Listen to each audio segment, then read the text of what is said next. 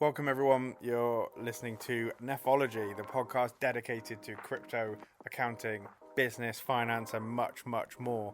I'm Joe David, the founder of Nephos Group and Miner.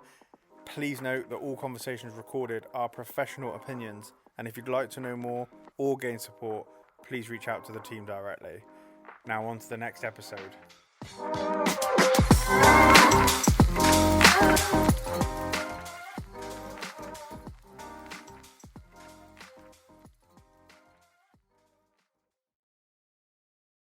Hello again, everyone, and welcome to the latest episode of the Nephos Group podcast. Really happy to have Sam, my good friend Sam, with me today. How you doing, Sam? I'm very well. Thank you for having me, Joe. Good to have you on. How you been doing, Sam? Yeah, I'm good. It's a crazy world at the moment with all the changes, as I imagine everyone is familiar with. You know, they say, don't they, a week is a long time in politics. It feels more like an hour is a long time in politics at the moment. But yeah, there's a lot of it. A lot of it is transcending into my world as well. The world of funding. So yeah, it's keeping us busy, keeping us on our toes. How are you finding it? Yeah, tough. It was funny because I went to an event on Tuesday at Parliament, a crypto event, and people will be delighted, I'm sure, that this episode probably won't have too much crypto in it. But normally, when they listen to me, there's loads of crypto, but I always get something in. And so it was an event between kind of MPs and crypto companies and things like that to try and kind of gauge what the UK crypto kind of scene is, et cetera, et cetera. Anyway, it was put on by like a lobbying group, and I spoke to someone the next day, and they were like, "Oh, how was the event?" I said, "Yeah, it was good. Get chatting to some MPs, blah blah blah blah blah." And the guy was like, "You are lobbying the wrong people." And I was like, "What do you mean?" He was like, "Well, you should be lobbying Labour MPs, not Tory MPs, because the Tories are going to have a job for much longer." So, political views to one side, I was kind of like, yeah, I get your point. It's a bit of a funny one. We won't go down that rabbit hole today. No. But it was it was an interesting point, put it that way, that someone made. But as you say, it's we're recording this on Friday, I think it's 21st today, isn't it? So yesterday, Liz Truss resigned. The lettuce one. So how I guess we'll come on to the broader kind of picture in a minute, but just as a kind of quick snapshot, if you can, has that had any effect in, because as I say, we're recording this pretty much 24 hours after she's resigned, so obviously this will go out a bit later, but how has that affected the funding market in the last 24 hours? Has there been any changes, or are you kind of waiting to see what's going to happen next? Yeah, there's always a bit of a wait and see. It hadn't been that long since the mini budget itself, and I know we've now unwound a lot of that, and we're almost back to where we were. But yeah, I suppose the quickest thing that's changed is the value of the pound. The pound strengthened a little bit since she handed in her notice. So obviously the markets are fairly happy with her decision to do that. But how long that lasts, we don't know. Might all change again when they decide who's going to be taking over, depending on how much confidence the markets have in who's next. So, yeah, from that point of view, the forex market has been so volatile over the last few weeks. So we are seeing a lot of businesses interested in hedging their forex exposure, their FX exposure. So we're doing quite a lot on the foreign currency world. Any businesses that have sort of international payments of some description, it's probably worthwhile taking a look to see whether you can start to hedge or diversify your risk. And you might miss out on some of the upside, but at the same time, at least you'll know what's going to be coming out of your bank each day or each week or each month. Yeah, and I think that's important, especially from a business business as usual kind of perspective. It's nobody knows what's going to happen next, and you're right. You might miss out on upside, but you also might prevent yourself from some large downside. And again, there's me saying there'll be no crypto in this, but a couple of our crypto clients, they hold a fairly significant amount of USD, as you can imagine. It's sometimes it's a case of managing that with GBP payments that they might have in terms of staff, and and things. So yeah, so we've been kind of talking to clients quite a lot about, you know, the FX side of things and managing that kind of risk, like you say. So yeah, it'd be good, Sam, as well. We kind of dive straight in there, but it'd be good to obviously explain to everyone who you are and who Swoop are, and yeah, we can kind of take it from there. Yep. So I'm Sam. I used to be I am a chartered accountant. So I was in accountancy practice for 10 years before joining the world of fintech. So worked at sort of big, medium, and small-sized accounting firms. So have worked very closely with SMEs, but also some fairly big businesses along the way. So I'm still quite involved with my old institute, which is the ICAW, which is the Chartered Accountants Institute of England and Wales. So still quite involved in. I'm part of their business committee, and it's quite an interesting committee to be a part of. And I'll touch on a few things that have come up since being a part of that in a second, Joe. But now I've moved over to the fintech world, which is, you know, not meaning this as a dig, Joe, but it's a bit more exciting than being in an accounting firm these days. It's quite a dynamic environment to be in. It's very quickly changing. Swoop's level of growth has just been astounding since it started 3 years ago. You know, we've just recently done our Series A. We're growing, you know, astronomical amounts every quarter, and it's, you know, it's an amazing thing to be a part of. The way that our business works is that we look at a business holistically. So we're not just looking at funding from a debt point of view, although that is a large part of what we do. We look at loans, equity, grants, savings, commercial mortgage and property. So we're looking at a business holistically and then trying to find them the best possible option for them in the market. So yeah, we do a lot, and we're seeing a lot at the moment. As you can imagine, we're in that place at the moment where we've either got businesses coming to us struggling for a looking for a short-term working capital plug-in. But at the same time, there's still plenty of optimism in the market as well. And with every recession or with every crisis, there's opportunity. And we've got just as many businesses coming to us wanting to, you know, take advantage of the fact that their competitors might not be doing so well. So how can I launch a new product to a market? Can I acquire one of my competitors? So there's plenty of upside as well as the doom and gloom that is generally what makes the papers.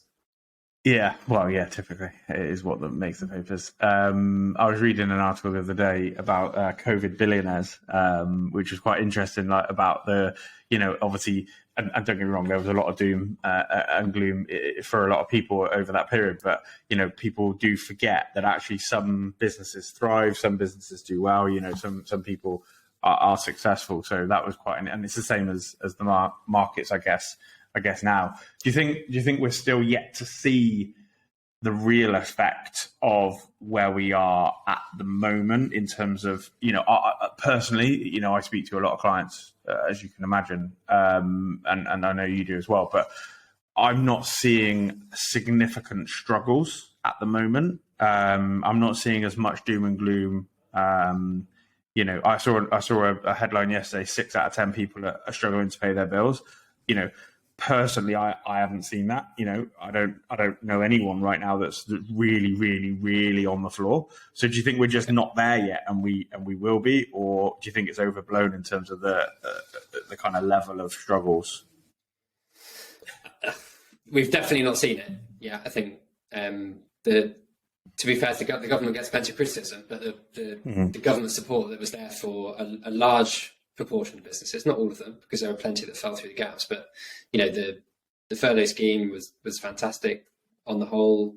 You know, the bounce back loans, C-bills, you know, it got people more interested in financing and funding and being able to get much more easier access to it.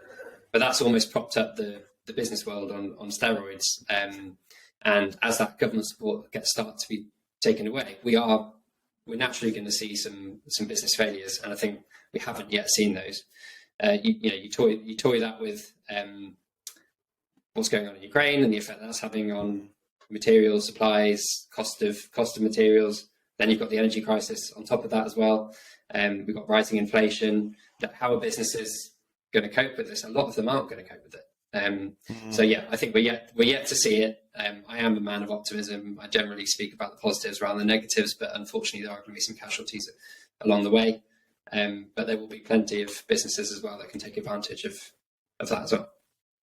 And I guess that's a good kind of segue into what, I guess what options are available out there. What can businesses, like through the likes of Swoop, what can businesses be looking for? Because you mentioned grants, for example, that, that's one of the really cool things I like about you guys is that it's not just about, selling debt as, to an extent. It's about, like you say, that holistic kind of funding view. What options are out there for businesses at the moment, and are loans accessible? Are the rates reasonable? Like what are you seeing in the market? Yeah, good questions there. So just to wind back, I think we did a survey last year, and 68% of businesses cited access to finance as being one of the key challenges in their business. So part of the problem for businesses is knowing where to go. So historically, a business might have gone to their bank first, but as we know, a lot of banks have got rid of their relationship managers, their bank managers. So a lot of SMEs and businesses don't have somewhere to go necessarily within their bank.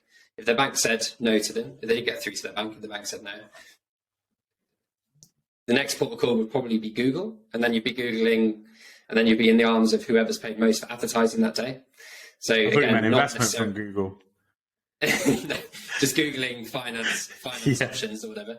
So then you're in the arms of whoever's paid the most for advertising. Then you might go to your accountant, would probably be, certainly in the past, might have been number 3. And then your bank, at the time, your accountant might have said, go and speak to your bank. And then you would have ended up in this vicious circle, and the business owner wouldn't have known where to go.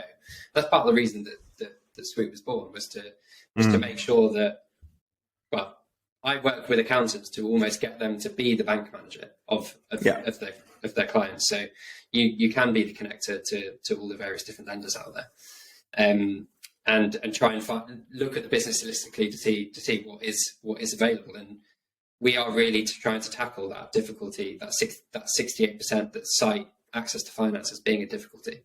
And it's not just, like I said, it's not just loans. The grants landscape is an absolute pig to try and navigate yourself. We've got a grant finder tool that makes it a lot easier. So, within a few seconds, you can find out what grants might be available to you based on your industry, age, location. It's immensely valuable for you as an accountant to be able to pass that information on to your clients, but it's also immensely valuable for the client.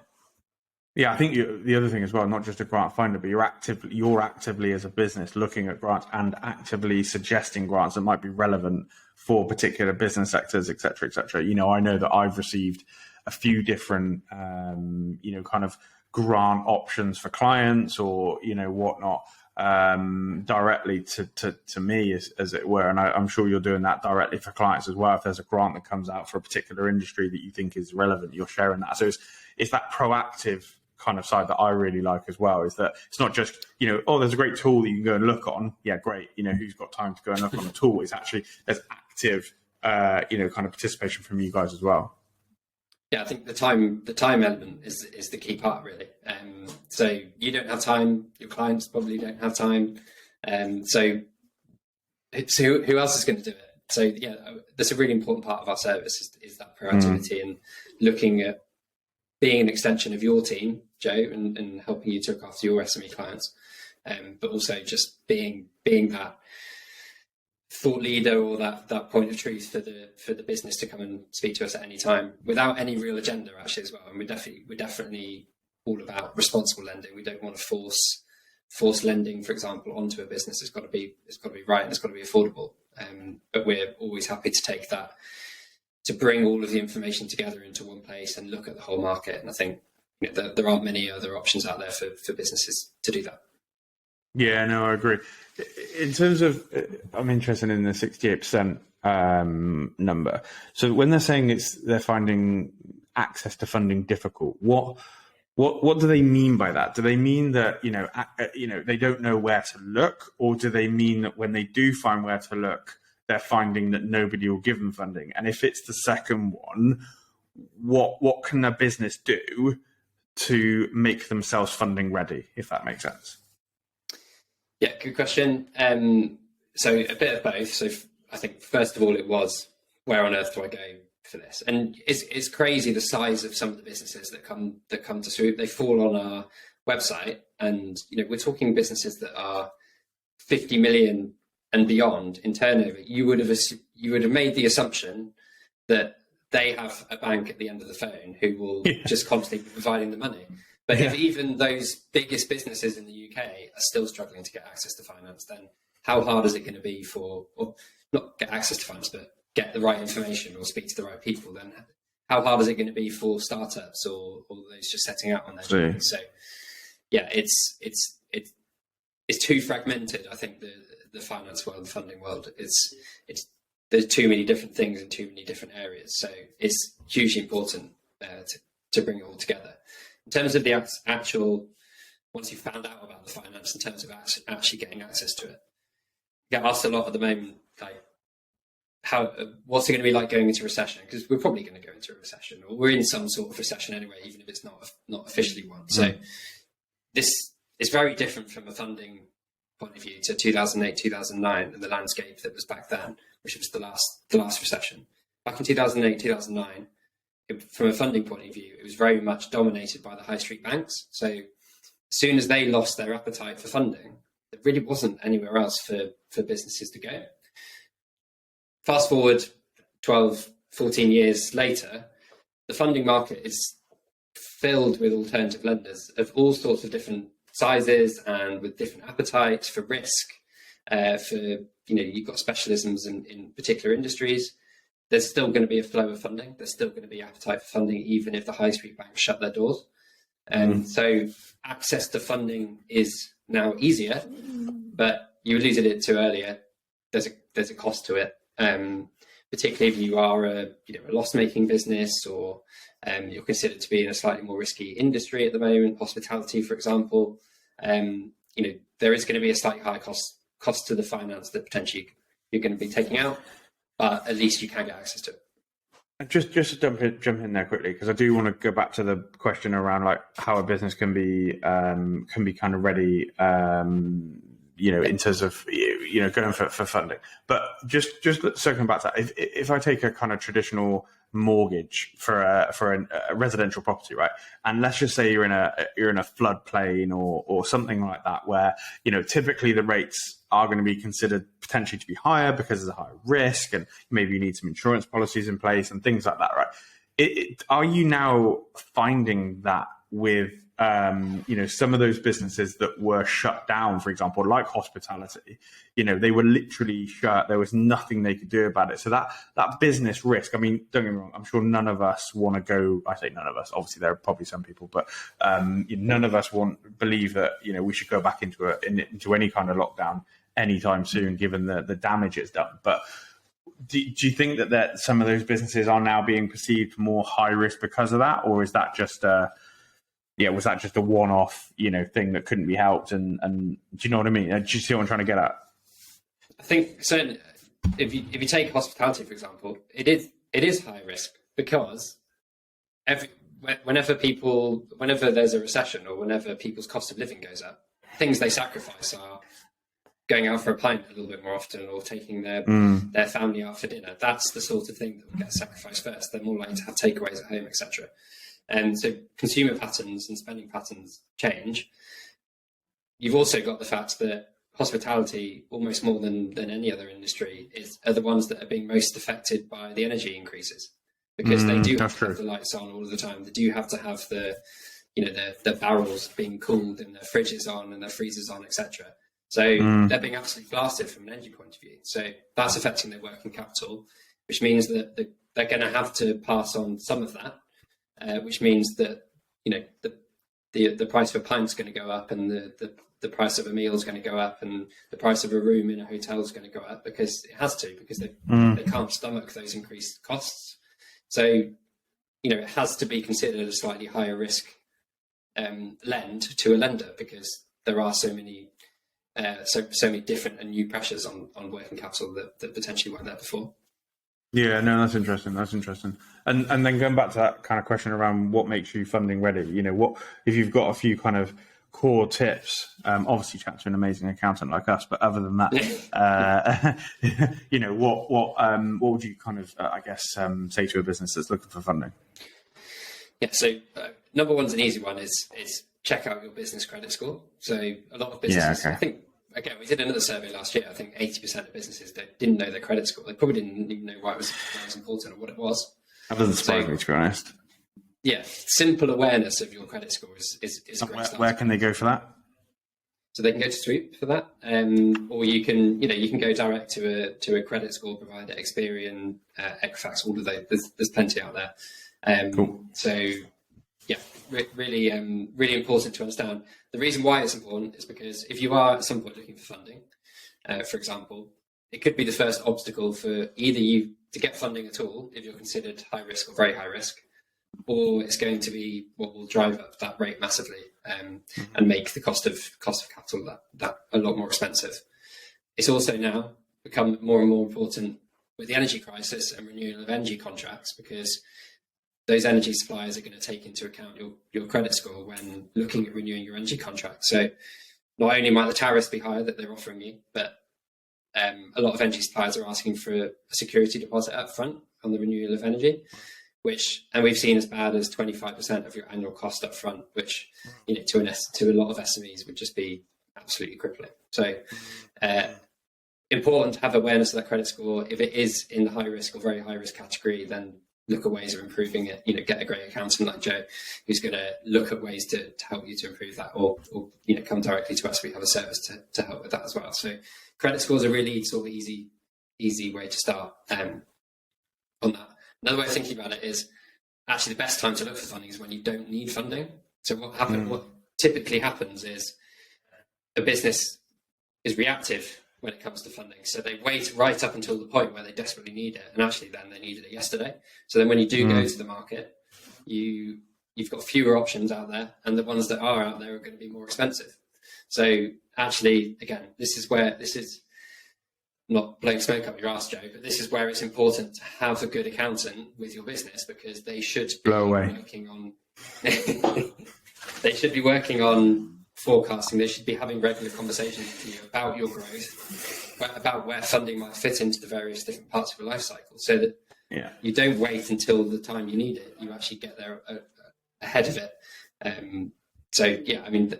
Like I said, number one key point is the best time to look for funding is when you don't need it. I suppose number two key point is get yourself a good accountant. Yeah, no, I think you're totally right, and that is, more than ever, the business is the business credit score has become more. I totally agree. It's become more important than it ever has before, I think, and I think people need to be more aware. And the reason, I know it sounds like an obvious question, where can people go for their credit score? I think I'm actually surprised that even that number you said of 80% didn't know. I'm surprised that's not even higher, because I don't know many companies that say to me, I'm looking at my business credit score and I think I need to improve this, or blah blah blah blah blah. So I'm surprised it wasn't higher, and I think businesses don't know where to go. If you said to someone, go and get your personal credit score, I think they would they would find it very quickly.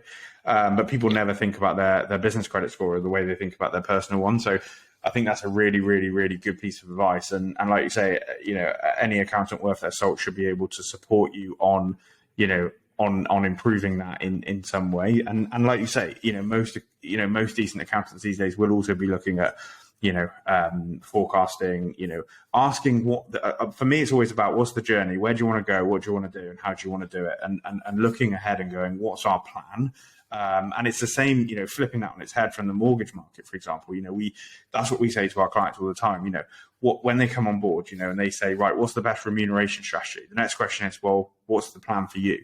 Because if you want a mortgage for X amount and we do a remuneration strategy that doesn't fit what you want in a year or two's time for a mortgage, then that's really poor planning on our part. Do you know what I mean? So it's not just about what's the most tax efficient methodology for this, or what's the best method for that. It's about what is the holistic view for your business, what do you want to achieve personally and in business, and let us help you get there by utilizing. And it might, like I say, it might not be funding that's right, it might be grants that are better for you. It might not be a loan, it might be invoice finance, for example. Do you know what I mean? So again, looking at why do you need it, I think is really important as well. In terms of just to jump in quickly there, Joe, as well.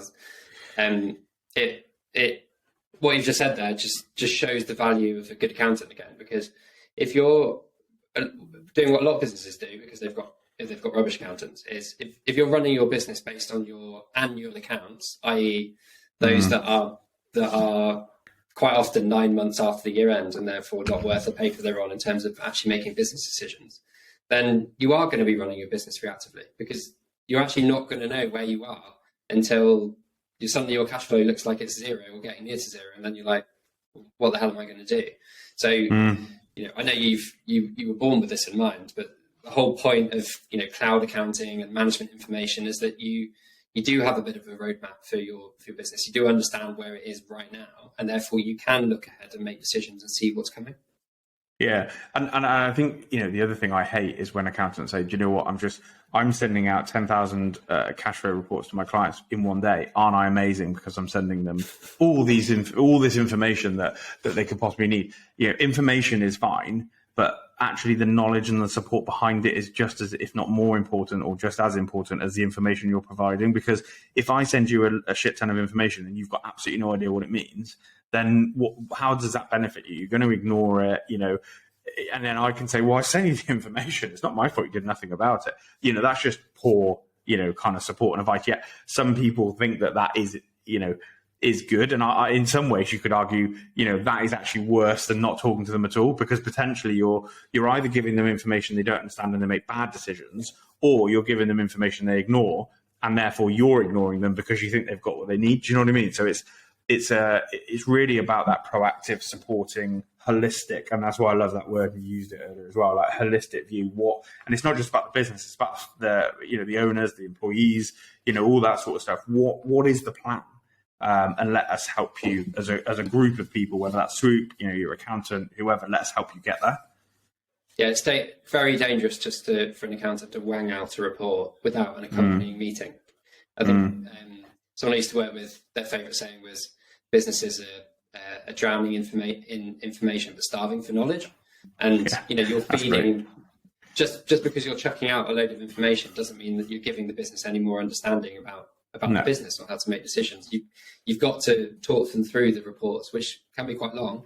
You've got to talk them through it and what it means for their business, what it actually means in real language. Because another thing, a lot of business owners don't understand numbers. They don't like numbers. They like running their business. So they need you to translate it. And you get that, Joe, because you come from a business background rather than necessarily a finance background. And I think that makes a huge difference. Yeah, absolutely. And that was the thing for me, is I would report to the directors when I was in business, like you say, within a finance team and being FD and things like that. And when I was earlier in my career, I would send the figures to them and they'd go, well, any kind of information behind this? And whereas then when I started to kind of become more senior, and I'd rather than, sometimes I wouldn't even send it to them before, I'd sit in the meeting, present it, and then send it after and say, right, now you've heard now you've heard the context. What do you now think? Rather than sending it before, getting a load of irrelevant questions. Do you know what I mean? Before they've had any context. And in a way, you could argue that's similar to funding, right? Because if we're going to send an application to a funder and we just send them blind figures and we give them zero context whatsoever, there's every chance that they'll say, rejected, we're not going to do it, blah, blah, blah, blah, blah. Whereas if we can put a bit of a document together that says, this is why we're doing this is what's happened to the business, this is what we've done to improve it, and here we are now, they're much more likely to go, yeah, okay, they've thought about this. Do you know what I mean? It's a much better process. So, that for me is key to any kind of decent grid business that wants to grow, is having that knowledge. Knowledge is power, as they say. So the other thing I just want to touch on, and I'm conscious for time as well now, but is I speak to a few businesses that are at, let's call, breaking point, and they are desperate to receive funding, but because they're at breaking point, they don't receive funding, and it kind of feels, in a way, a little bit backwards, right? The more desperate you need it, the less likely you are to get it. Whereas if you aren't that desperate for it, you kind of, you can get funding fairly easily. And don't get me wrong, I totally understand risk and, all of those sorts of things. But, can you understand businesses that think, when I really need it, it's not available? And do you have any kind of tips for anyone in that position? I know you said plan ahead, but sometimes that's not possible. And I know that's a difficult one, but do you have any kind of tips and thoughts on that? My first tip is to get a good accountant, because hopefully the accountant is helping you manage your working capital such that actually you possibly don't need funding to be the thing that survives. You can look at better cash flow management within your business, and take a look at how quickly you're invoicing your customers. Take a look at what your payment terms are, and your credit terms. So look at whether there is way, increase your price. Look at increasing your prices.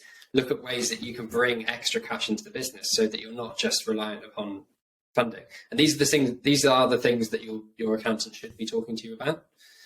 Whether you think they can, if you think they can't talk to you about those sorts of things, then it's probably time to go and find another accountant. But yeah, it is one of those things that it is a real challenge. The ones that need it the most, the ones that are going to find it most difficult. But then you've got to be able to understand that, because the lenders are taking on a certain element of risk, so therefore they've got to price for that risk if a business is in a bit of a hole. Having said that, there are plenty of lenders out there that are what we call storybook lenders, where if you can tell the story of why the business might be struggling right now, but then also tell the story of what the next year or two is going to look like. It's not a computer says no. So if you just went down the automated journey and the tech saw that it was a loss-making business that's been struggling over the last year or two, it's going to be an automatic no. But that's where the power of a broker or someone like Swoop comes in, because they can speak to the business owner, get the story of where the business has been in the last year and where it's going to be going in the next two, for example, and tell the story to the lender of how they're going to get there and how they're going to achieve it, and therefore funding potentially could be available for that business. Yeah, no, totally. And that's why I'm... Oh, go on. Sorry, Sam. I was just going to say, if the business is struggling and looks like it's going to continue to struggle, then it would be irresponsible to give that company lending. So, there is also a time where the business owner's probably got to put their hand up and say, it's not working. And the lender might say that as well. So that there are obviously, heartbreaking stories of businesses not being able to make it. That's just part of it. Yeah, no, of course. And look, we all jumped up and down on the banks when they over leveraged maybe on lending in 2008 and things like that. And then we all expect them to do the same again, because we've got very short memories as human beings, haven't we? So I totally agree. And I think, going back to your point around computer says no, that's another reason why this is a bit more of an off topic, but that's another reason why I'm not keen on these, AI-based, solutions that just go, we'll just, we can create a cash flow or a P&L for you in 2 seconds because we can just use an amazing computer to do it for you.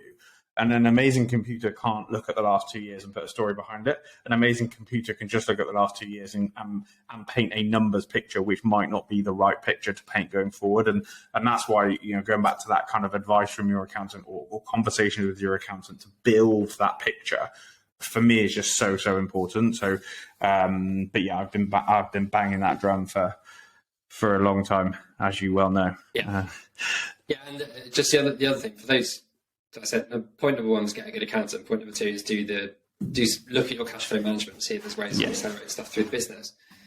The final one is look at what grants might be available to your business, or look at what savings could be made on energy or FX or whatever it might be. So there are other ways that you don't just have to look at taking on money, you can save money first. So it's just worth doing a bit of an exercise, a bit of an audit as to what are the costs going through your business and whether you can access them. Yeah, that's a really good suggestion as well. Do an audit of your business, and like you say, it might be that the cost is hidden in something like FX or something like that. But if you're looking at everything, then there's an opportunity to to make some changes. So, look, Sam, we could chat all day, I'm sure, but I'm conscious, as I said to you at the start, I'm conscious to keep this to kind of 25, 30 minutes. So we should probably look at ending it there. But I'm sure we can get you back again at some point and discuss how the market's moving and, things like that. I know you're off to Mauritius or some crazy place, aren't you? Yeah, Maldives and Mumbai for my long-awaited honeymoon. Yeah. Oh, okay, I'll let you off. So yeah, smashing. Yeah, well, enjoy. And once you're back from that holiday, where can people reach out to you and Swoop, and we'll put links as well, but just let people know where they can get you. Yeah, so for me, pretty active on LinkedIn. So Sam Tasker-Grindley on LinkedIn, or Sam TG if you want to find me. I'm on Twitter as well, or you can directly email me at samtg@swoopfunding.com. Or if you want to find out some more information about Swoop, then it's just swoopfunding.com. So there's plenty of information, business support there on the website. It's all free for you to get access to and use. So yeah, fill your boots. Amazing. Thank you, Sam. Good to chat to you as always, mate. And yeah, we'll speak soon. Cheers, Joe. Cheers.